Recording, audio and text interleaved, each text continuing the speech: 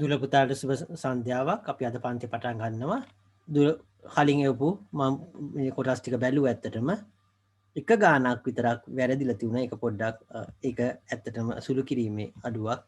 අපි ඒක පොඩ්ඩක් මේක කතා කරමු මෙතන. සෙල්සියස් අංශක වලින් දී ඇති පහත උෂ්ණත්ව අගයන් කෙල්වින් වලින් දක්වන්න කියලා දක්වලා තියෙනවා.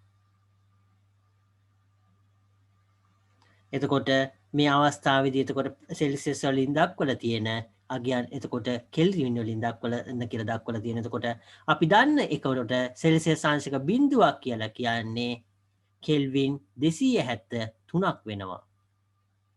එතකොට මේ අවස්ථාවේදී එතකොට මෙතන සෙන්ටිග්‍රේඩ් අංශක 10ක් වුණොත් එතකොට මොකද්ද අපි කරන්නේ 10 එකතු කිරීම 273යි කෙල්වින්. ඒ කියන්නේ මෙතන උත්තරේ මන් ලිව්වොත් එහෙම 283යි කෙල්වින් වෙනවා. මේ ටික සේරම හරි එක ගානක් විතරයි වැරදිලා තිබුණේ ඇත්තට. ඒකේ මම මේ ටික බැලුවා.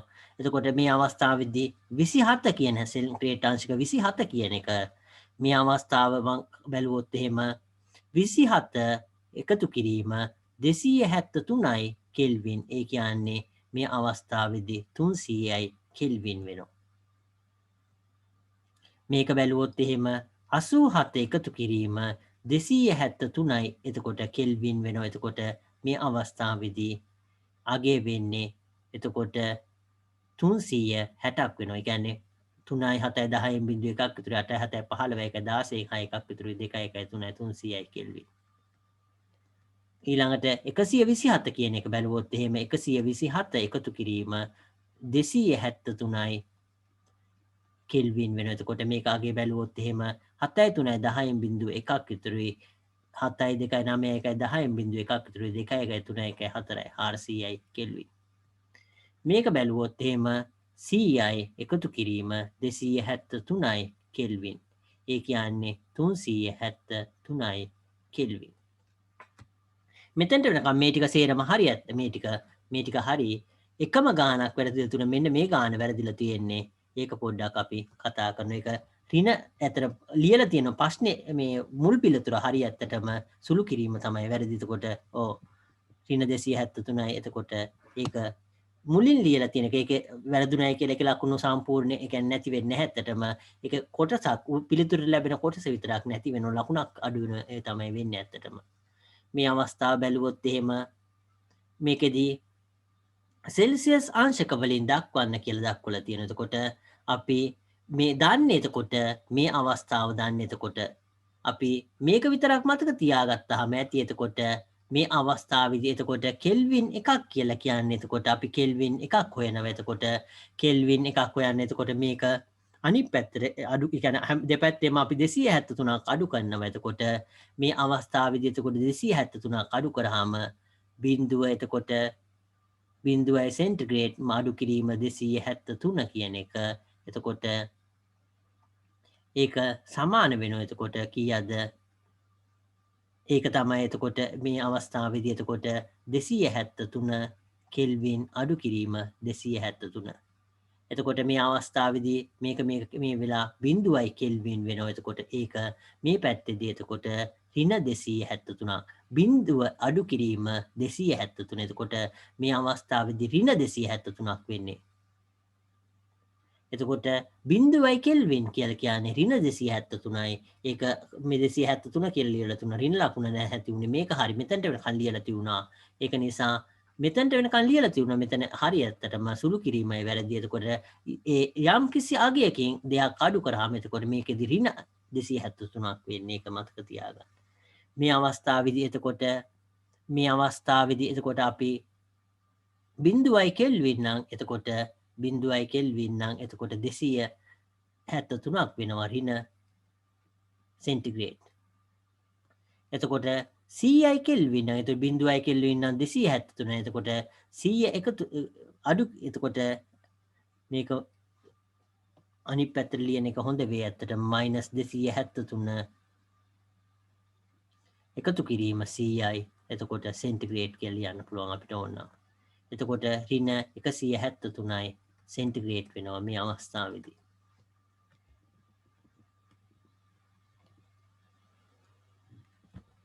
අනිත් ටික සේරම හරි ඇත්තටම. එතකොට ඒකෙදි ඒ වරද්දපු එක එතකොට ඒක එතකොට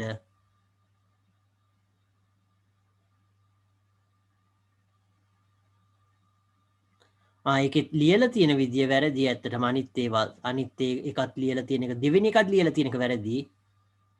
දෙවෙනි එකේ ලියලා තියෙන එක වැරදි. දෙවෙනි එකත් CI මේ කෙල්වින් කියන එක වැරදි. එක ලියලා තියෙන විදිය උත්තරේ හරි වුණාට ගාන ලියලා තියෙන විදිය වැරදි.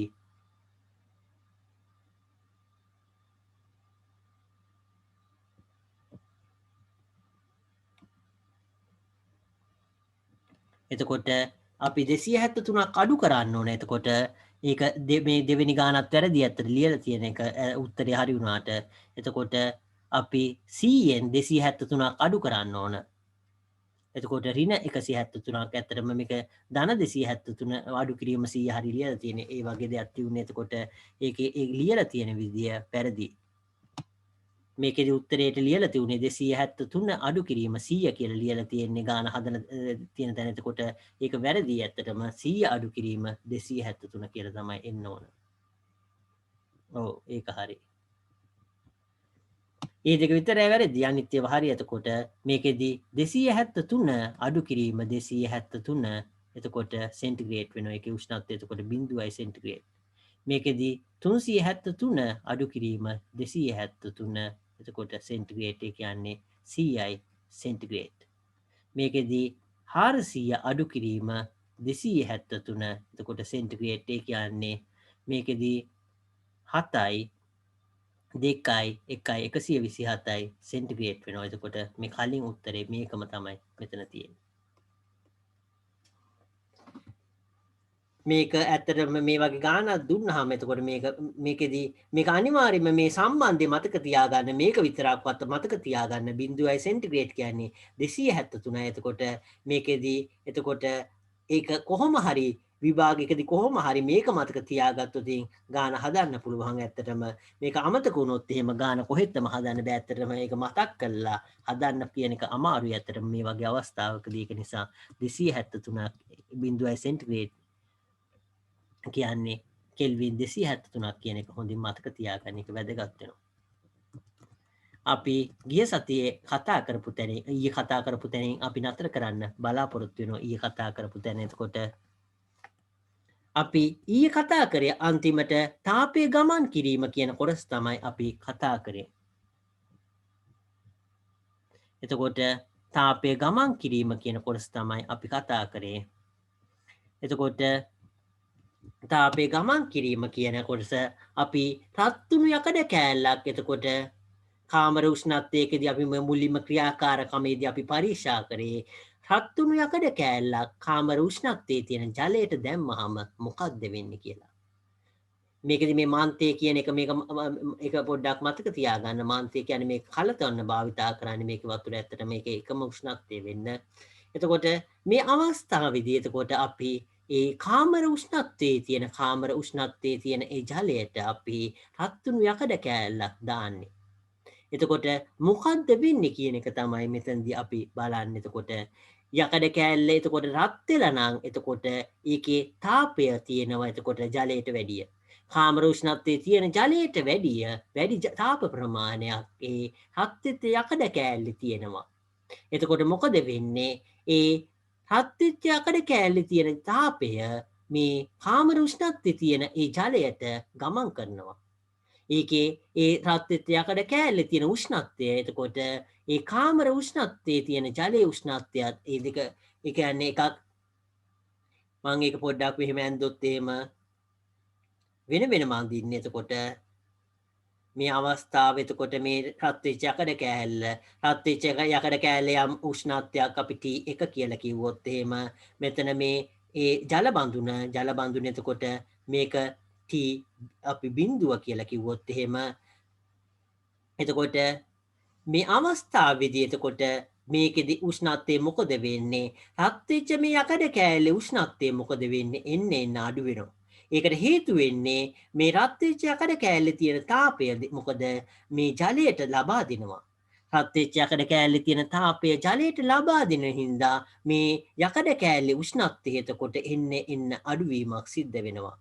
එතකොට මේ ජලයේ උෂ්ණත්වය මොකද වෙන්නේ? රත් වෙච්ච යකඩ කෑල්ලේ උෂ්ණත්වය අරගෙන රත් වෙච්ච යකඩ කෑල්ලෙන් ලැබෙන තාපය අරගෙන ඒකේ උෂ්ණත්වය වැඩි වෙනවා.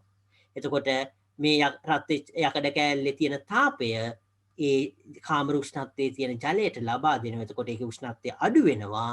ඒක අපි අඩු වෙලා උෂ්ණත්වය T2 කියලා කිව්වොත් එහෙම මේ කාමර උෂ්ණත්වයේ තියෙන ජලය මේ රත් වෙච්ච යකඩ කෑල්ලෙන් තාපය අරගෙන ඒකේ උෂ්ණත්වය වැඩි වෙනවා. ඒක වැඩි වෙලා T2 වෙනකන් උෂ්ණත්වය වැඩි වෙනවා. එතකොට ඒ එක්තරා අවස්ථාවකදී මේ යකඩ කෑල්ල එතකොට යකඩ කෑල්ලේ උෂ්ණත්වය T2 වෙනවා. මේ ජලයේ උෂ්ණත්වය T2 වෙනවා. එතකොට තාපය ගමන් කරන එක නතර වෙනවා. ඒ එකම අවස්ථාවට එනකන් තාපය ගමන් කරනවා. ඒක තමයි මෙතනදි මේ කියන්නේ. එතකොට මේකෙදී අපි ආපහු ඒක පොඩ්ඩ බැලුවොත් එහෙම රත් වූ යකඩ කැබැල්ල සිසිල් ජලය අඩංගු බඳුනට දාන. එතකොට මේ අවස්ථාවේදී උෂ්ණත්වමානයේ සටහන් වන උෂ්ණත්වය නිරීක්ෂණය කරන්න. එතකොට මේ කලින් උෂ්ණත්වය බැලුවා. මේ යකඩ කෑල්ල දැම්මහම ඒ උෂ්ණත්වය කොහොමද වෙනස් වෙන්නේ? ඉහළ යනවා කියන එක දූල පුතාලා දන්නවා. එතකොට ඒක ඉහළ යන කියන එක බලා ගන්න පුළුවන්. එවිට ජලයේ උෂ්ණත්වය ඉහළ යන බව උෂ්ණත්ව පාඨාංකයෙන් ඔබට පෙනෙනු ඇත කියලා දක්වනවා. එතකොට ඒ ජලයේ උෂ්ණත්වය කියන්නේ පාඨාංකය බැලුවහම ඒකේ උෂ්ණත්වය ඔබට බලා ගන්න පුළුවන්. මෙහිදී සිදුවන්නේ වැඩි උෂ්ණත්වයේ පවතින යකඩ කැබැල්ලේ සිට අඩු උෂ්ණත්වයේ ඇති ජලයට තාපය ගමන් කිරීම. එතකොට වැඩි උෂ්ණත්වයේ තියෙන එතකොට යකඩ කෑල්ලේ ඉඳන් අඩු උෂ්ණත්වයේ තියෙන ජලයට තාපය ගමන් කරනවා. ඒක නිසා තමයි මේ ජලය කියන එක තාපය ලැබිලා මොකද වෙන්නේ? ඒක උෂ්ණත්වය වැඩි වෙනවා. තාපය පිට කරන, ඒ කියන්නේ යකඩ කෑල්ලේ තියෙන තාපය පිට කරන නිසා යකඩ කෑල්ල උෂ්ණත්වය අඩු වෙනවා. අපි මෙතන ටික බැලුවොත් එහෙම මෙහිදී ජලයේ උෂ්ණත්වය ඉහළ යෑම සමගම බඳුන රත් වෙනවා කියලා දක්වනවා. එතකොට මේ ජලය විතරක් නෙවෙයි රත් වෙන්නේ, මේ භාජනය රත් වෙනවා දූල පුතාලා. ඒ වීදුරු කියන එක වීදුරු වලට එතකොට ඒකෙදි ඒ වීදුරුව කියන එකත් ඒ ගන්න ඒක තාපය යම් තාන් දුරට එතකොට ඒක සන්නයනය කරනවා. එතකොට ඒක තාප සන්නයනය කරනවා කියනවා දන්න. ඇත්තටම සමහර වෙලාවට ඒක එහෙම කියන්නේ නැති වෙන්න පුළුවන්. එතකොට ඒ තාපයේ බලපෑම එතකොට ඒකත් වීදුරුවත් ඇත්තටම ඇති වෙනවා කියන එක එහෙම කියන්නම් මම. එතකොට ඒක ඒ තාපයේ බලපෑම වීදුරුවටත් වෙලා එතකොට වීදුරුවේ උෂ්ණත්වයත් වැඩි වෙනවා. එතකොට ජලය වගේම. එතකොට මේ අවස්ථාවේදී එතකොට ජලයේ උෂ්ණත්වය ඉහළ යෑම සමගම එතකොට ජලයේ උෂ්ණත්වය ඉහළ යනොත් එක්කම බඳුනත් රත් වෙනවා. එසේ වන්නේ බඳුනද තාපය ලබා ගන්න නිසා කියලා දක්වනවා. එතකොට මේ බඳුනට තාපය ලැබෙනවා ජලයට විතරක් නෙවෙයි. එතකොට මේකෙදී වටේ තියෙන මේ තියෙන වාතයටත් ඒ තාපය ගමන් කරනවා එක්තරා දුරට. එතකොට ඒ තාපය හොඳින් අවශෝෂණය කරගන්න මේක වාතයට විතරක් බැරි වෙන නිසා ඒ වටේ තියෙන තාපය යම් තාක් දුරට ඒක තාප පරිවාරක බවට මෙතන තියෙන. එතකොට මේ එක්තරා ප්‍රමාණයකට තාපය ඒ පරිසරයටත් ඇත්තටම උදාහරිනවා. ඇත්තටම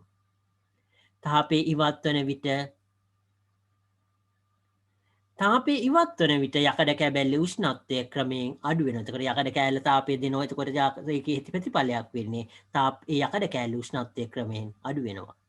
ටික වේලාවකින් එතකොට ජලයේ යකඩ කැබැල්ලේ උෂ්ණත්වය සමාන වෙනවා.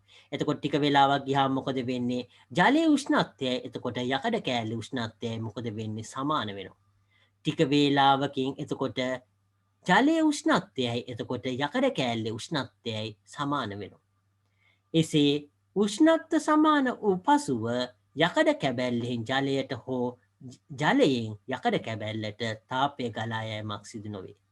එතකොට ඒ තාපය ගලන් යන්න නම් උෂ්ණත්ව වෙනසක් තියෙන්න ඕනේ. එතකොට උෂ්ණත්ව වෙනසක් තියෙනකොට උෂ්ණත්වය වැඩි එකේ ඉඳන් උෂ්ණත්වය අඩු එකට තාපය ගලාගෙන යනවා. අනිත් පැත්තට කිව්වොත් එහෙම උෂ්ණත්වය අඩු එක උෂ්ණත්වය වැඩි එකෙන් තාපය ලබාගෙන ඒකේ උෂ්ණත්වය වැඩි කරගන්නවා. ඒක එක්තරා අවස්ථාවකදී එතකොට තාපය එතකොට ඒ උෂ්ණත්වය වැඩි එකේ උෂ්ණත්වය අඩු වෙලා උෂ්ණත්වය අඩු එකේ උෂ්ණත්වය වැඩි වෙලා එක්තරා අවස්ථාවකදී මේ ඒ වස්තුන් දෙකේ උෂ්ණත්වය කියන එක සමාන අවස්ථාවක් බවට පත් වෙනවා. එතකොට මේ අවස්ථාව ගැන තමයි මෙතනදි කතා කරන්නේ. මේ අවස්ථාව ආවම ඒ කියන්නේ ඒ වස්තුන් දෙකේම එතකොට උෂ්ණත්වය කියන එක සමාන වුණාම ඒ ද්‍රව්‍ය දෙකේ උෂ්ණත්වය සමාන වුණාම එතකොට මොකද වෙන්නේ? තාපයේ ගලා යෑම කියන එක නතර වෙනවා. එතකොට තාපයේ ගලා යන එක නතර වෙනවා. එතකොට ඒ වස්තුන් දෙකේ උෂ්ණත්වය කියන එක සමාන වුණු අවස්ථාවේදී මෙම අවස්ථාව තාපජ සමතුලිතතාවය එකන තාපය ගමන් කරන්නතු සමතුලිත වෙන කියන එක එතකොට මෙම අවස්ථාව තාපජ සමතුලිතතාව කියලා හඳුන්නනු. එතකොට මේ අවස්ථාවට අපි කියන්න එතකොට තාපජ සමතුලිතතාවය කියලා. එතකොට මෙම අවස්ථාව තාපජ සමතුලිතතාවය නමින් හැඳින්වෙනවා. ඉහළ මට්ටමක සිට පහළ මට්ටමකට ජලය ගලා යන්නාසේ තාප ශක්තියත් ඉහළ උෂ්ණත්වයක ඇති වස්තුවක සිට පහළ උෂ්ණත්වයක ඇති වස්තුවකට ගලා යනවා. එතකොට මේක දූලපුතාල මේකෙද එක දෙයක් වරද්ද ගන්න එපා මේකෙදී අපි වතුර මෙහෙම වතුර මොහක් හරි අපි හිතුවොත් එහෙම විශාල වැවක් හරි ඩෑම් මේ වැවක් කියලා මේකේ වතුර තියෙනවා. ඒ වගේම අපි මොකක් හරි මේකට කිට්ටුවෙන් මෙහෙම මොකක් හරි පොකුණක් හරි මෙහෙම හදලා මේ පොකුණ අතර මෙහෙම වතුර තියෙනවා. මෙහෙම පොකුණ එතකොට වතුර තියෙයි කියලා දැම්කොත් එහෙම එතකොට මේ අවස්ථාවේදී මේ පොකුණ මේ සයිස් එකටම තියෙයි කියලා මේ දෙක අතර එතකොට පොකුණේ වතුර නැහැ පොකුණේ මෙච්චරයි වතුර තියෙන්නේ මේකේ වතුර ගොඩක් තියෙනවා. එතකොට මේක අපි සම්බන්ධ කරාම මේ දෙක මේකේ වතුර මේකෙන් ඇවිල්ලා එතකොට මේකේදී වතුර කියන එක මෙහෙම පිරීලා මේකෙන් වතුර අඩු වෙනවා. ඒක නිසා පොඩ්ඩක් මේකේ තියෙන වතුර ප්‍රමාණය අඩු වෙනවා. මේක වතුර මේ ගානට ඇවිල්ලා එකම ගානට ආව වෙලාවකදී එතකොට අපි ඒක දැක්කුවොත් එහෙම එකම ස්ථානයකට ආව අවස්ථාවකදී එතන ඒ වතුර ගලාගෙන යන එක නතර වෙනවා.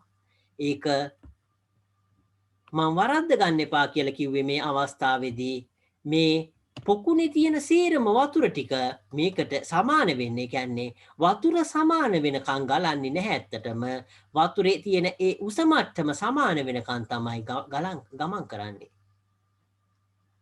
ඒ වැවේ තියෙන වතුර ප්‍රමාණය මේ පොකුණේ තියෙන වතුර ප්‍රමාණය සමාන වෙනකම් මේ වතුර ගමන් කරන්නේ. ඒවයි උස මට්ටම සමාන වෙනකන් තමයි වතුර ගමන් කරන්නේ. ඒක නිසා මේකෙදී වරද්ද ගන්න එපා කියලා කිව්වේ තාපයත් එහෙමයි.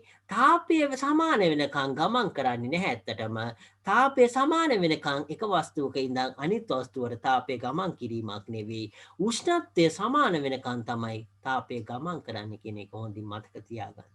ඒක මේ පොකුණයි මේ වැවයි කියන එකේ මේ අවස්ථාවට සමානයි. ඒවයි උස සමාන වෙනකන් තමයි ඒවයි වතුර ගමන් කරන්නේ නැතුව ඒවයි තියෙන වතුර ප්‍රමාණය සමාන වෙනකන් නෙවෙයි.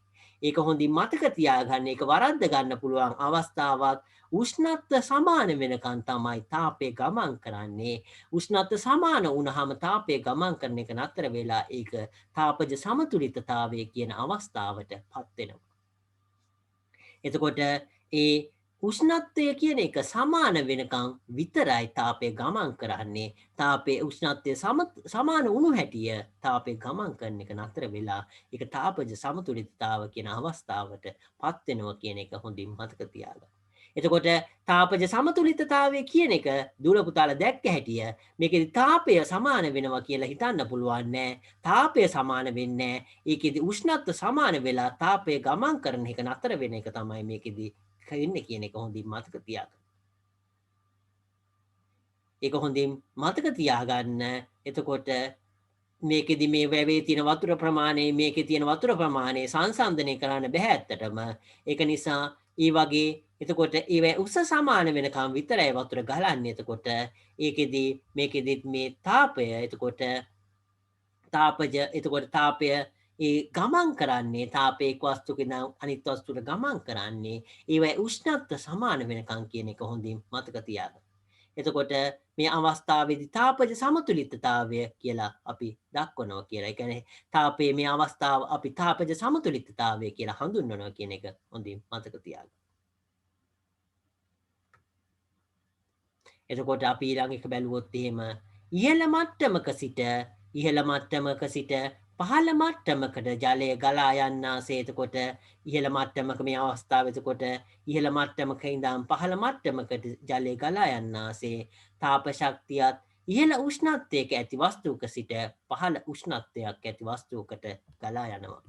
එතකොට ඒ ගලා යන්නේ නැතුව එතකොට තාපය ඒ උෂ්ණත්ව සමතුලිත වෙන අවස්ථාව තමයි අපි තාපජ සමතුලිතතාවය කිව්වේ කියන එක. ඒක හොඳින් මතක තියාගන්න. ඒක ඊටාම වැදගත් වෙනවා. මේ අනුව උෂ්ණත්වය වැඩි වස්තුවක සිට උෂ්ණත්වය අඩු වස්තුවකට තාපය සංක්‍රාමණය වෙනවා කියන එක මතක තියාගන්න. ඒක වැදගත් වෙනවා. උෂ්ණත්වය වැඩි වස්තුවක ඉඳන් උෂ්ණත්වය අඩු වස්තුවකට තමයි තාපය ගමන් කරන්නේ. එහිදී උෂ්ණත්වය අඩු වස්තුවේ උෂ්ණත්වය ඉහළ යනවා. උෂ්ණත්වය වැඩි වස්තුවේ උෂ්ණත්වය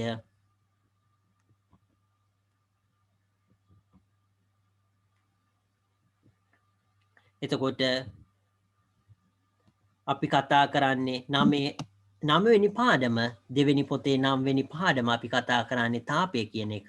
අපි මේ කොටස මේ පොතේ 11 ශ්‍රේණියේ අපි සේරම පාඩම් කළා නැහැ. කලින් ඒවයි අපි තැන මේ කරන්නේ අතරම ගොඩක් වෙලාවට භෞතික විද්‍යාව හරි රසායනික විද්‍යාව පාඩම් තමයි අපි ප්‍රධාන වශයෙන් කතා කරන්නේ. මේ අපි කතා කරන්නේ 9 වෙනි පාඩම. එතකොට මේ කතා කරන්නේ අපි ගිය තාම වැඩි කල් වෙන්නේ නැහැ මේක පටන්ගෙන මේ අවස්ථාවේ. එතකොට අපි කතා කරන්නේ මේකෙදී අපි කතා කරන්නේ මේ උෂ්ණත්වය. එතකොට තාපය ගමන් කරන අවස්ථාව. එතකොට ඒ තාපය ගමන් කරන්නේ එතකොට උෂ්ණත්වය වැඩි වස්තුවක ඉඳන් උෂ්ණත්වය අඩු වස්තුවකට තමයි තාපය ගමන් කරන්නේ කියන එක තමයි අපි කතා කරේ. ඒ වගේම උෂ්ණත්වය අඩු වස්තුව මොකද කරන්නේ? උෂ්ණත්වය අඩු වස්තුව මොකද කරන්නේ? උෂ්ණත්වය වැඩි වස්තුවේ ඉඳන් තාපය අරගෙන එයාගේ උෂ්ණත්වය වැඩි කරගන්නවා. එමෙන්න ඊළඟ කොටස බැලුවොත් එහෙම උෂ්ණත්වය වැඩි වස්තුවේ උෂ්ණත්වය පහළ වෙනවා. එතකොට මේ අවස්ථාව අපි කලින් කතා කරා. ආපහු පාරක් ඒක කතා කරොත් එහෙම අපි ඒ කොටස ආපහු පාරක් කතා කරොත් එහෙම මේකෙදී ඒ උෂ්ණත්වය එතකොට අඩු අපි කලින් කතා කරේ ඒ ක්‍රියාකාරකමේදී ඒ පරිසරයේ උෂ්ණත්වයේ තියෙන වතුර බීකරයකට අපි රත් කරපු යකඩයක් දානවා කියන අවස්ථාව තමයි කතා කරේ. එතකොට මේ යකඩය කියන එක උෂ්ණත්වයේ වැඩි අවස්ථාවේ තියෙන්නේ. පරිසර උෂ්ණත්වයේ තියෙන ජල බීකරය කියන්නේ පරිසර උෂ්ණත්වයේ තියෙන උෂ්ණත්වය අඩු අවස්ථාවේ. එතකොට අපි ඒ යකඩ කෑල්ල රත් කරපු එක ජල බීකරයට දැම්මහම මොකද වෙන්නේ? ඒ ජල බීකරයට ඒ දාපු යකඩ කෑල්ලේ ඒ උෂ්ණත්වය වැඩි. ඒක උෂ්ණත්වය වැඩි අවස්ථාවේ ඉඳන් ඒ උෂ්ණත්වය අඩු කාමර උෂ්ණත්වයේ තියෙන ජල භාජනයට තාපය ගලාගෙන යනවා. එතකොට ජල භාජනය මොකද වෙන්නේ? ඒ උෂ්ණත්වය අඩු නිසා ඒ උෂ්ණත්වය වැඩි අවස්ථාවේ තියෙන ඒ යකඩ කෑල්ලෙන් තාපය ලබා ගන්නවා. ඒ ලබාගෙන එක්තරා උෂ්ණත්වයකට පත් වෙනවා. එතකොට සමාන ඒ කියන්නේ උෂ්ණත්වය සමාන අවස්ථාවකට පත් වෙනවා. උෂ්ණත්වය සමාන අවස්ථාවකට පත් වුනහම තාපය ගලාගෙන යන එක නතර වෙනවා. ඒක තමයි අපි මෙතනදී මේ කතා කරේ. මෙතනට වෙනකන් ඒ අවස්ථාවේදී අපි කලින් ඒ පෙන්නුව අවස්ථාව වැවක කියන එකේ. එතකොට ජලය ගොඩක් තියෙන වැවකයි හිස් පොකුණක් මේ අවස්ථාවේදී මම කලින් කතා කරේ වතුර නැති පොකුණක් කියන එකයි. මේක සම්බන්ධ කරාම මේ වැවේ තියෙන ජල ප්‍රමාණය ටික ටික මේ පොකුණට ඇවිල්ලා ඒ වැවේ ජල ප්‍රමාණයට මට්ටමට වැලේ ජල මට්ටමට සමාන වෙන මට්ටමකට පොකුණේ ජලය පිරෙනවා. නමුත් ඒ අවස්ථාවේදී වරද්ද ගන්න එපා. වැවේ තියෙන ජලයයි පොකුණේ තියෙන ජල ප්‍රමාණයයි සමාන වෙන්නේ. ඒ ජල මට්ටම තමයි සමාන වෙන්නේ කියන එක හොඳින් මතක තියාගන්න. එතකොට අපි මේ අවස්ථාවට මේ තාපයේදී අපි තාපජ සමතුලිතතාවය කියලා කියනවා කියන එක තමයි කතා කරේ. එතකොට මේ තාපජ සමතුලිතතාවය කියන මේ වචනේ තේරුමෙන් දුර පුතාලා වරද්ද ගන්න පුළුවන් මම කලින් කියපු අවස්ථාව. එතකොට මේ වැවේ තියෙන වතුර ප්‍රමාණයයි පොකුණේ තියෙන වතුර ප්‍රමාණයයි සංසන්දනය කරන්න බැරි තරම් ප්‍රමාණය වෙනස්. ඒ වගේම තාපජ සමතුලිත අවස්ථාවේදී ඒ වස්තු වල තියෙන තාප ප්‍රමාණත් වෙනස්. නමුත් මොකද්ද වෙන්නේ? ඒ වස්තුවල තියෙන උෂ්ණත්වය කියන එක වෙන එකම අගයක් වෙලා ඒක නිසා හේතුවෙන් එතකොට එක් වස්තුවක ඉඳගෙන තවත් වස්තුවකට තාපය ගලා යන්නේ නැති අවස්ථාවක් බවට පත් වෙනවා. එතකොට වස්තුවක උෂ්ණත්ව වෙනසක් නැත්තම් තාපය ගලා යන්නේ නැහැ. එතකොට ඒක නිසා එතකොට මේ තාපජ සමතුලිතතාවය කියලා කියන්නේ ඒක ඒ උෂ්ණත්වය එකම අගයක් තියෙන නිසා තාපය ගලාගෙන යන්නේ නැති අවස්ථාව බවට පත් වෙනවා කියන එක තමයි මේ තාපජ සමතුලිතතාවය කියලා කියන්නේ. නැතුව ඒ තාපය සමාන වෙනවා කියන එක නෙවෙයි තාපජ සමතුලිතතාවය කියන්නේ කියන එක හොඳින් මතක තියාගන්න. මේ වැව් දෙකේ මේ වැවේ පොකුණේ මේ ජල මට්ටම් සමාන වෙනවා. නමුත් ඒවා ජලය ඒව සංසන්දනය කරන්න බැරි තරම් ඒවා විවිධ වෙනවා. එතකොට මේවයිදී මේ වැවේ එතකොට වැවේ ජල ප්‍රමාණය කියන එක විශාල ප්‍රමාණයක් තියෙනවා වැලක ජලය. එතකොට ඒකයි මේ පොකුණේ ජල ප්‍රමාණය සංසන්දනය කරන්න බෑ. ඒ තරම් වෙනසක් තියෙන්නේ. ඒවයි මේ උස මට්ටම් තමයි සමාන වෙන්නේ. මොනවා හරි අහන්න තියනවද? මොනවා හරි අහන්න තියෙනවා නම් අහන්න. ඕකේ. අපි මේක බැලුවොත් එහෙම එතකොට ඒක හොඳින් මතක තියාගන්න මම මේක කීප පාරක්ම කිව්වේ මේ වචනේ තේරුම මේ වචනය ටිකක් පැටලෙන සුළු වචනයක් ඒක තාපජ සමතුලිතතාවය කියලා.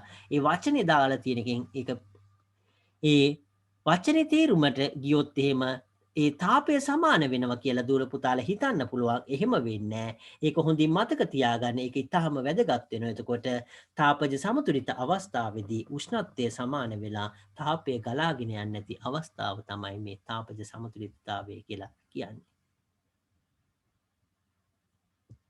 අපි ඊළඟ කොටස ගියොත් එහෙම තාපය යනු ශක්ති විශේෂයක් අපි මෙතන බැලුවොත් එහෙම තාපය යනු ශක්ති විශේෂයක් නිසා තාපය ජූල් වලින් J කියන ඒකකයෙන් එතකොට මැනිය හැක කියලා දක්වනවා.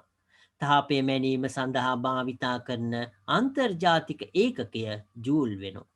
ඒ හැරෙන්නට තාපය මැනීම සඳහා කැලරි කියන මේක ආහාරවල එහෙම දූල පුතාලා දැකලා ඇති කිලෝ කැලරි මෙච්චරක් කියලා ඒ ඒකකයද බහුලව භාවිතා වෙනවා.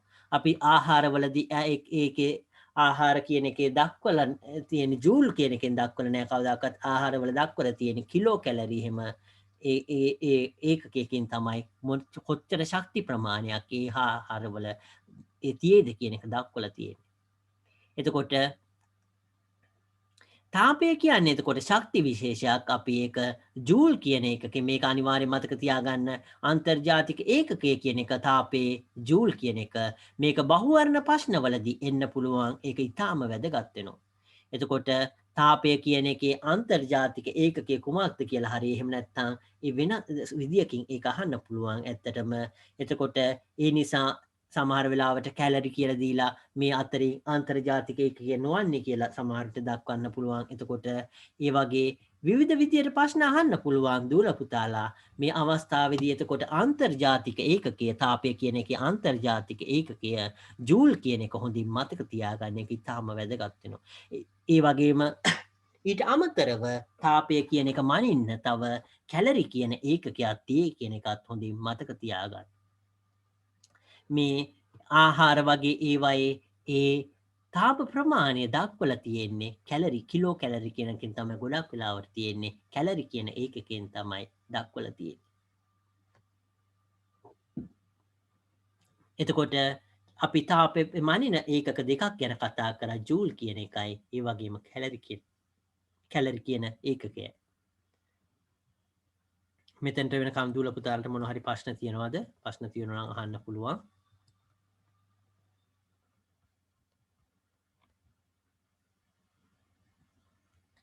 විශේෂයෙන්ම මේ තාපය කියන එක ඉතාම උසස් පෙළදී භෞතික විද්‍යාවේ තියෙන වැදගත් පාඩමක්. ඇත්තටම ඒ තියෙන පීරියඩ් ගාන ඇත්තටම පොඩි ඇත්තටම නමුත් ඒකේ අන්තර්ගතය ඉතාම වැඩි. ඇත්තටම ඒක ලොකු පාඩමක්. ඇත්තටම පීරියඩ් අපේ කාලවල නම් පීරියඩ් 40ක් වගේ තිබුණා. ඇත්තටම ඒ 40කින් ඉවර කරන්න බැරි තරම් ලොකු පාඩමක් ඇත්තටම මේ තාපය කියන එක.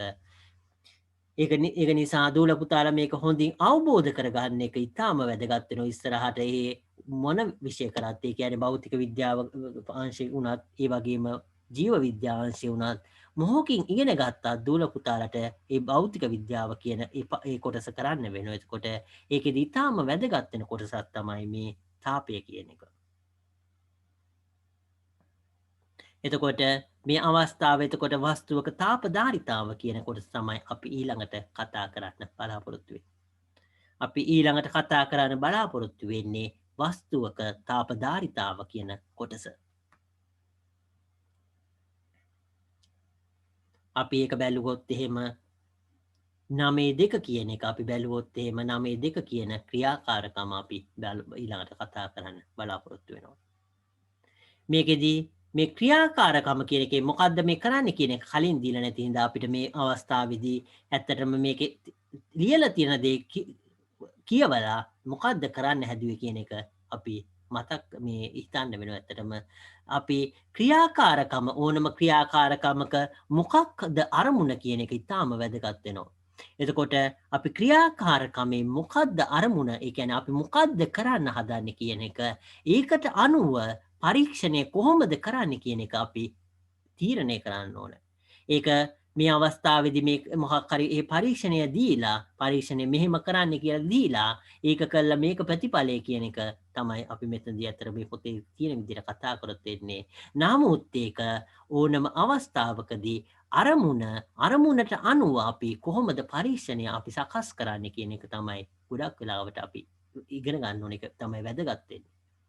අපි මේ අවස්ථාවේදී පොඩ්ඩක් පොතේ තියෙන කොටස අපි බලලා ආපහු පාරක් අපි මේ පරීක්ෂණය කියන එක පොඩ්ඩක් ආපහු සාකච්ඡා කරන්න බලාපොරොත්තු වෙනවා.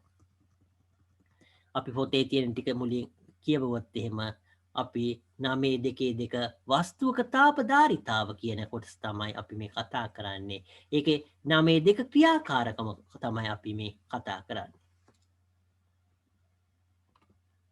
එතකොට මේ අවස්ථාව බැලුවොත් එහෙම එතකොට අවශ්‍ය වන ද්‍රව්‍ය එතකොට මේ අවස්ථාවට එතකොට අවශ්‍ය වන ද්‍රව්‍ය බැලුවොත් එහෙම එක හා සමාන බීකර 3ක් එතකොට මේ අවස්ථාවට එක හා සමාන බීකර 3ක් අවශ්‍ය වෙනවා.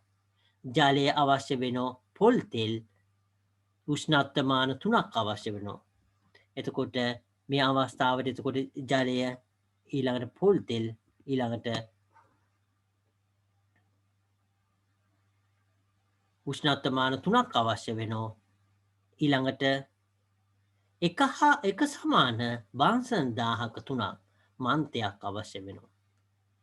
එක සමාන කුඩා බීකර 3ක් ගෙන එයින් එකකට පරිමාව මැනගත් ජල ප්‍රමාණයක් දාන්න කියලා දක්වනවා. එතකොට මේ අවස්ථාවේදී එතකොට පරිමාව මැනගත්තු ජල ප්‍රමාණයක් මේ එක බීකරයකට දැම්මා.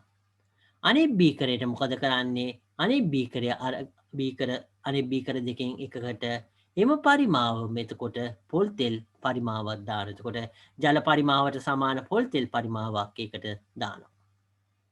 තුන්වන බීකරයට පළමු පරිමාවමෙන් දෙගුණයක ජල පරිමාවක් දානවා. එතකොට තුන්වෙනි බීකරයට මොකද කරන්නේ? පළවෙනි පරිමාව වගේ දෙගුණයක එතකොට ජල ප්‍රමාණයක් මේකට දානවා. මෙම බීකර තුනෙහිම අඩංගු ද්‍රවවල උෂ්ණත්ව මැනගන්න. එතකොට මේ අවස්ථාවේදී එතකොට බීකර තුනේම තියෙන එතකොට ද්‍රවවල එතකොට උෂ්ණත්වය මැනගන්නවා කියලා තමයි දක්වන්නේ. ඉන්පසු මෙම බීකර තුනම එක සමාන ආධාරක මත තබා එක සමාන බන්සන් 1000ක මගින් සමාන කාල සීමාවක් මේ අවස්ථාවේදී මිනිත්තු 5ක් කියලා දක්වනවා, රත් කරනවා කියලා දක්වනවා. එතකොට එම කාල සීමාව අවසානයේ ද්‍රවවල උෂ්ණත්වය නැවත මැනගන්න කියලා දක්වලා තියෙනවා. එතකොට මේ අවස්ථාව එතකොට අපි බැලුවොත් එහෙම එතකොට මොකද්ද කරන්න හදන එක කියන එක අපි ආපහු කතා කරොත් එහෙම මේ අවස්ථාවේදී බීකර 3ක් ගන්නවා. ඒ බීකර 3 එතකොට ඒ තෙපාව මේකෙදී එක මුස්සක තියෙන එතකොට තෙපාවක් උඩ මෙහෙම තියලා තියෙනවා. එතකොට ඊට පස්සේ එකම වර්ගයේ එතකොට එක සමාන එතකොට බාන්සන් 1000ක 3ක් අපි භාවිතා කරනවා.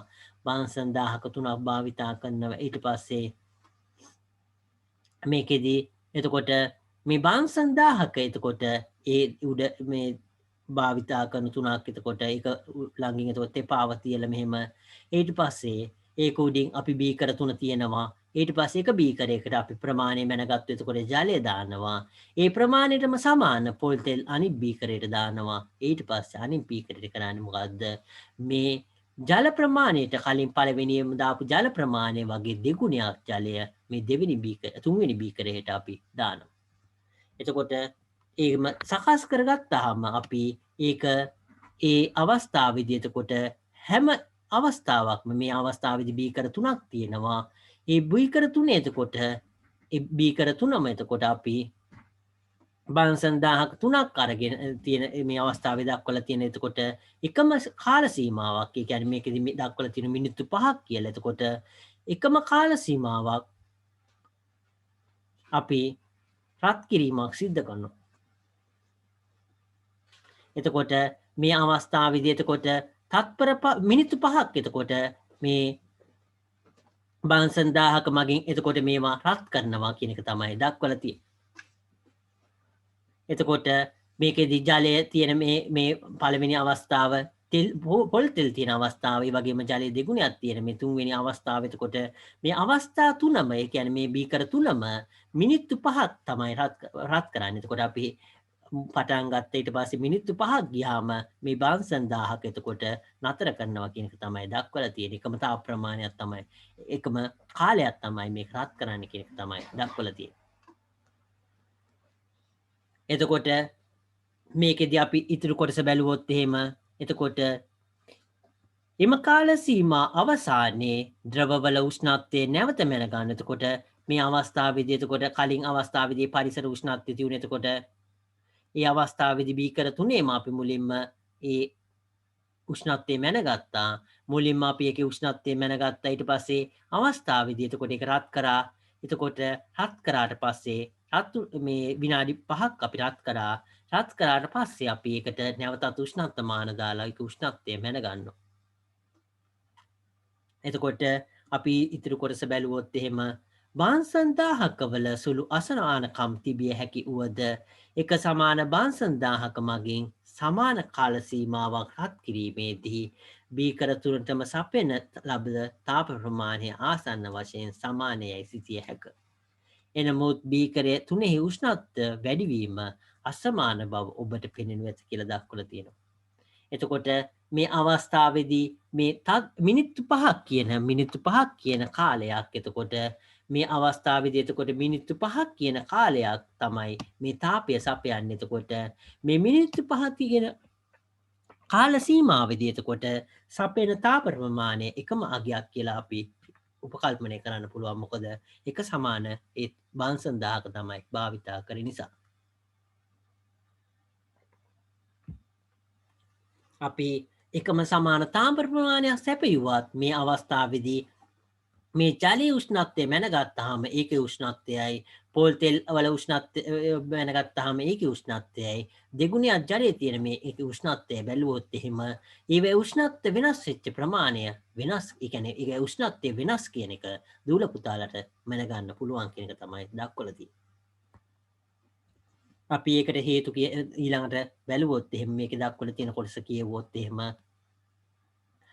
බන්සන් මේක මුලින් නම් ආපහු කොටස කියවුවොත් එහෙම බන්සන් 1000ක වල සුළු අසමානකම් තිබිය හැකි වුවද එක සමාන බන්සන් 1000ක මගින් සමාන කාල සීමාවක් රත් කිරීමේදී බීකර තුනටම සපයන ලද තාප ප්‍රමාණයන් ආසන වශයෙන් සමානයි කියලා හිතන්න පුළුවන් කියලා දක්වලා. එතකොට මේ අවස්ථාවේදී එතකොට ඒ බන්සන් 1000ක තුනෙන් එතකොට බීකර තුනටම සපයපු තාප ප්‍රමාණය එතකොට එකම ප්‍රමාණයක් කියලා තමයි දක්වලා තියෙන්නේ. නමුත් බීකර තුනෙහි උෂ්ණත්වය වැඩිවීම අසමාන බව ඔබට පේනවා ඇති කියලා දක්වලා. එතකොට බීකර තුනේ මෙතකොට උෂ්ණත්වය වෙනස් වෙච්ච ඒ ප්‍රමාණය ඒ කියන්නේ ඒ අවසන් උෂ්ණත්වය බැලුවොත් එහෙම ඒ අවස්ථාවේදී ඒ බීකර තුනේම උෂ්ණත්වය වැඩිවීම අසමානයි කියලා දූල පුතාලට බලා ගන්න පුළුවන් කියලා තමයි දක්වලා තියෙන්නේ. අපි ඊළඟ කොටස බැලුවොත් එහෙම එකම ද්‍රව්‍යයේ වෙනස් ප්‍රමාණයන්ටද වෙනස් ද්‍රව්‍යවල එකම ප්‍රමාණයන්ටද එකම තාපය ප්‍රමාණය සැපයූ විට ඒවායේ උෂ්ණත්ව වැඩි වන්නේ වෙනස් ප්‍රමාණයන්ගින් බව මෙම ක්‍රියාකාරකමෙන් පැහැදිලි වූ. එතකොට මේ අවස්ථාවේදී අපි පරීක්ෂණය කරපු අවස්ථාව බැලුවොත් එහෙම මේ පරීක්ෂණය කරපු අවස්ථාව බැලුවොත් එහෙම එතකොට ජලය කියන එක වෙනස් පරිමා. එතකොට ජලය මුලින්ම පරීක්ෂණයට ගත්තු ජල පරිමාව වගේ තුන්වෙනි බීකරේ තියෙන ජල පරිමාව බැලුවොත් එහෙම දෙගුණයක්. එතකොට ජලයේ පරිමාව දෙගුණයක් වෙලා තියෙන. එතකොට උෂ්ණත්වය කොහොමද වෙනස් වුනේ?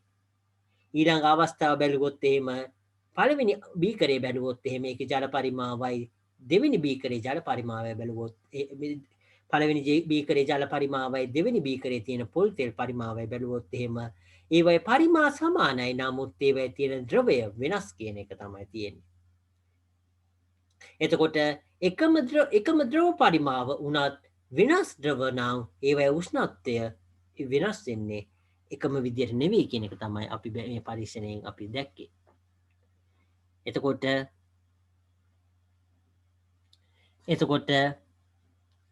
මේ ක්‍රියාකාරකම එතකොට එහෙම දැක්කා. එතකොට අපි මේක බැලුවොත් එහෙම ඉහත ක්‍රියාකාරකමේදී එකම තාප ප්‍රමාණය සැපයූ විට බීකර තුනෙහි අඩංගු ද්‍රවවල උෂ්ණත්වය වැඩිවීම අසමාන වූ නිසා එම බීකර තුනෙහි අඩංගු ද්‍රවවල තාපධාරිතාව අසමානයයි නිගමනය කරන්න පුළුවන් කියලා දක්වලා තියෙනවා. එතකොට මේ ඉහත කලින් ක්‍රියාකාරකමේදී එතකොට එකම තාප ප්‍රමාණය සැපයුව අවස්ථාවේදී එතකොට බීකර තුනේම එතකොට අඩංගු ද්‍රවවල උෂ්ණත්වය වැඩිවීම අසමාන වුණා. එතකොට ඒ බීකර තුනේ එතකොට අඩංගු ද්‍රවවල අපි එකම තාප ප්‍රමාණය සැපයුවේ. නමුත් ඒ බීකර තුනේ අඩංගු වෙච්ච ඒ ද්‍රවවල උෂ්ණත්වය වැඩිවීම අසමාන වුණා කියන එක තමයි දක්වලා තියෙන්නේ. එම බීකර තුඩේ අඩංගු ද්‍රවවල තාපධාරිතා අසමානයයි නිගමනය කරන්න පුළුවන් කියලා දක්වලා තියෙනවා. එතකොට අපි මේ අවස්ථාවේදී එතකොට එකම තාපධාරිතාවක් තියෙනවා නම් එතකොට මේ බීකර තුනේ තාපධාරිතාවන් එකම නම් අපි එකම උෂ්ණත්වය එකම තාප ප්‍රමාණයක් සැපයුවාම එකම විදියට උෂ්ණත්වය වෙනස් වෙන්න ඕන. එහෙම එකම විදියට උෂ්ණත්වය වෙනස් වෙන්නේ නැත්තේ මොකද? ඒකේ තාපධාරිතාවය වෙනස් නිසා.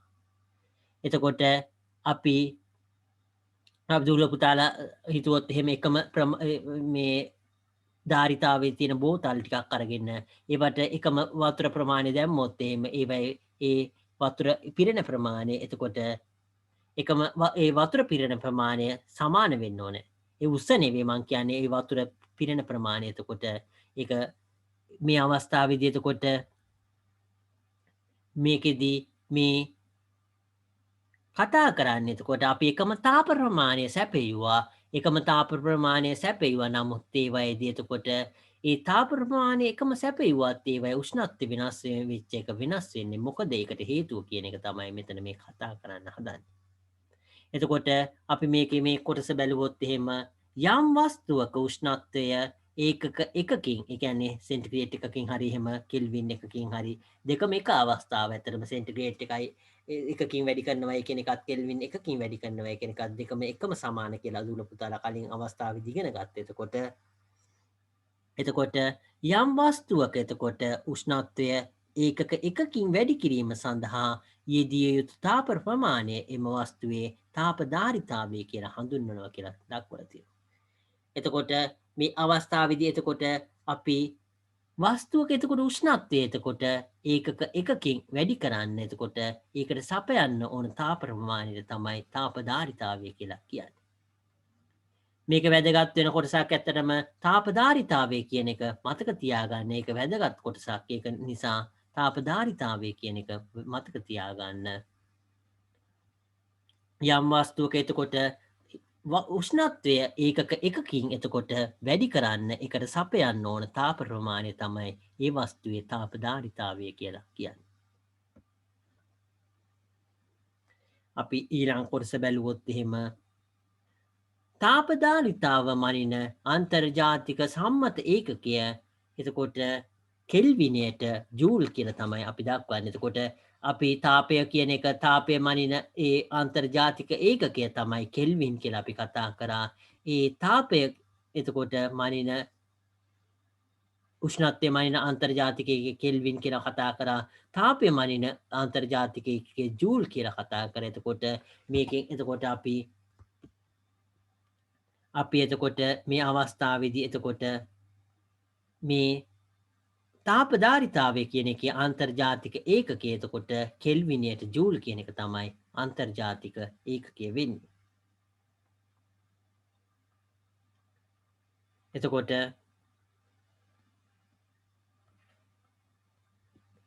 අපි ඒක බැලුවොත් එහෙම මේ අවස්ථාවේදී එතකොට කෙල්විනියට ජූල් තමයි එතකොට මේ තාපධාරිතාවෙමයින අන්තර්ජාතික සම්මත ඒකකය වෙන්නේ. තාපධාරිතාව එතකොට තාපධාරිතාව එතකොට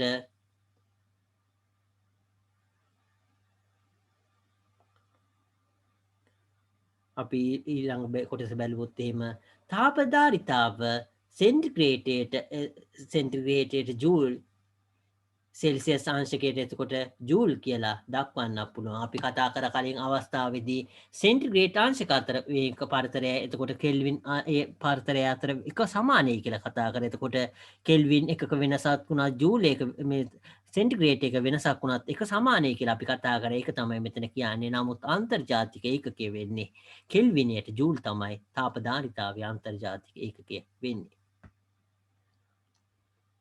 එතකොට අපි මේක බැලුවොත් එහෙම යම් වස්තුවක තාපධාරිතාවේ රඳා පවතින්නේ එම වස්තුව සාදා ඇති ද්‍රව්‍ය සහ වස්තුවේ ස්කන්ධය මත කියලා දක්වලා තියෙනවා. එතකොට කලින් අවස්ථාවේදී පොල් තෙලුයි ජලයයි කියන එක භාවිතා කරේ. එතකොට පොල් තෙලුයි ජලයයි කියන ඒ වස්තුව වෙනස් නිසා එතකොට ඒවයි තාපධාරිතාවය වෙනස් වෙනවා කියන එක දුර පුතාලා දන්න දෙයක්. එතකොට මේ අවස්ථාව බැලුවොත් එහෙම. එතකොට යම් වස්තුවක තාපධාරිතාව රඳා පවතින්නේ එම වස්තුව සාදා ඇති ද්‍රව්‍ය. එතකොට ඒක තාපධාරිතාවේ රඳා පවතින මොනවද මතද? එතකොට වස්තුව සාදලා තියෙන සාදා ඇති ද්‍රව්‍යයයි වස්තුවේ ස්කන්ධයයි මත. එතකොට වස්තුව සාදලා තියෙන ද්‍රව්‍යයයි වස්තුවේ ස්කන්ධයයි මත තමයි ඒකේ තාපධාරිතාවය රඳා පවතින්නේ. එකම ද්‍රව්‍යයකින් තනා ඇති වෙනස් ස්කන්ධ සහිත වස්තුවල තාපධාරිතා අසමාන වෙන. එතකොට කලින් අවස්ථාවේදී ජලය කියන එක එතකොට දෙගුණයක් ගත්ත අවස්ථාවයි 1.3 කියන ඒ බීකර බැලුවොත් එහෙම ඒවයි ස්කන්ධ එතකොට අසමාන. එතකොට තාපධාරිතාවය කියන එකත් අසමානයි කියන එක තමයි මෙතන මේ දක්වන්නේ. ස්කන්ධ සමාන වුවද වෙනස් ද්‍රව්‍ය වලින් තනා ඇති වස්තු දෙකක තාපධාරිතා අසමාන වෙන්න පුළුවන් කියලා දක්වනවා. එතකොට එකම ද්‍රව්‍යයකින් සාදලා ස්කන්ධ අසමානං ඒ තාපධාරිතාවය වෙනස් වස්තු නම් එකම ස්කන්ධය උනත් තාපධාරිතාවය වෙනස් වෙන්න පුළුවන්. සමහර විට සමාන වෙන්න පුළුවන්. එතකොට මේකෙදි වෙනස් වෙන්න පුළුවන් කියන එක තමයි කියන්නේ. එතකොට ද්‍රව්‍යයක තාපධාරිතාවය කියන එක අපි C කියන අකුරෙන් දක්වනවා. කැපැසිටි කියන එක C වෙන්නේ නැතිකොට මේක ද්‍රව්‍යයක එතකොට තාපධාරිතාවය කියන එක අපි C කියන අකුරෙන් එතකොට ධාරිතාවය කියන එකට තමයි මේ කැපැසිටි කියන එකේ C වෙන්නේ නැතිකොට ඒක ද්‍රව්‍යයක එතකොට තාපධාරිතාවය කියන එක C කියන අකුරෙන් අපි දක්වනවා කියන එක. ඊළඟට අපි කතා කරන්නේ විශිෂ්ට තාපධාරිතාවය කියන කොටස. එතකොට කලින් අවස්ථාවේදී අපි කැපිටල් C කියන එකෙන් තමයි එතකොට ඒකේ තාපධාරිතාවය කියන එක බැලුවේ. එතකොට දැන් අපි කතා කරන්නේ විශිෂ්ට තාපධාරිතාවය කියන කොටස. මේ විශිෂ්ට කියන කොටස මේකට එකතු වෙලා තියෙනවා. එතකොට කලින් අවස්ථාවේ අපි කතා කරේ තාපධාරිතාවය කියන කොටස. ඊළඟට අපි විශිෂ්ට තාපධාරිතාවය කියන කොටස පොඩ්ඩක් කතා කරලා මෙතනින් අපි පාඩම ඉවර කරන්න බලාපොරොත්තු වෙනවා. එකම ද්‍රව්‍යයක එතකොට වෙනස් ස්කන්ධවල තාපධාරිතාව ස්කන්ධයට සමානුපාතික බව පරීක්ෂණාත්මකව පෙන්වන්න පුළුවන්. එනම් ස්කන්ධය දෙගුණයක් වුණාම තාපධාරිතාවද දෙගුණයක් වෙනවා. දෙන ලද ද්‍රව්‍යයක ඒකක ස්කන්ධයක තාපධාරිතාව එනම් ඒකක ස්කන්ධයක උෂ්ණත්වය ඒකක එකකින් වැඩි කිරීම සඳහා සැප යුතු තාප ප්‍රමාණය ද්‍රව්‍ය මත රඳා පවතින ගුණයක් කියලා දක්වලා තියෙනවා. යම් ද්‍රව්‍යයක ඒකක ස්කන්ධයක උෂ්ණත්වය ඒකක එකකින් වැඩි කිරීමට ලබා දිය යුතු තාප ප්‍රමාණය ද්‍රව්‍ය විශිෂ්ට තාපධාරිතාවය කියලා දක්වලා තියෙනවා. එතකොට කලින් අවස්ථාවේදී එතකොට ඒ ප්‍රමාණය වෙනස් වෙනකොට ඒක තාප ප්‍රමාණය වෙනස් වෙනවා කියලා දුර පුතාලා තාපධාරිතාවය වෙනස් වෙනවා කියලා කලින් අවස්ථාවේ දැක්කා. එතකොට අපිට ඒක ඒ තාපධාරිතාවය කියන එක ඒ වස්තුවේ විස්කන්ධය අනුව රඳා පවතිනවා. එතකොට අපිට ඒක අර්ථකථනය කරනකොට ඒ භාවිතා කරනකොට අපහසු නිසා අපි ඒකේ ඒකක පරිමා ඒකක ස්කන්ධයක එතකොට ඒකක ස්කන්ධයක එතකොට තාපධාරිතාවය කියන එක තමයි මේ විශිෂ්ට තාපධාරිතාවය කියලා කියන්නේ. අපි මෙතන ඉඳන් ඊළඟ දවසේ කතා කරන්න බලාපොරොත්තු වෙනවා අපහු මේ විශිෂ්ට තාපධාරිතාවය කියන කොටස ඉඳන්. මොනවා හරි ප්‍රශ්න තියෙනවා නම් අහන්න පුළුවන්. නැත්නම් අපි මෙතනින් අද පාඩම අවසන් කරන්න බලාපොරොත්තු වෙනවා. දූල පුතාලට සුබ රාත්‍රියක්.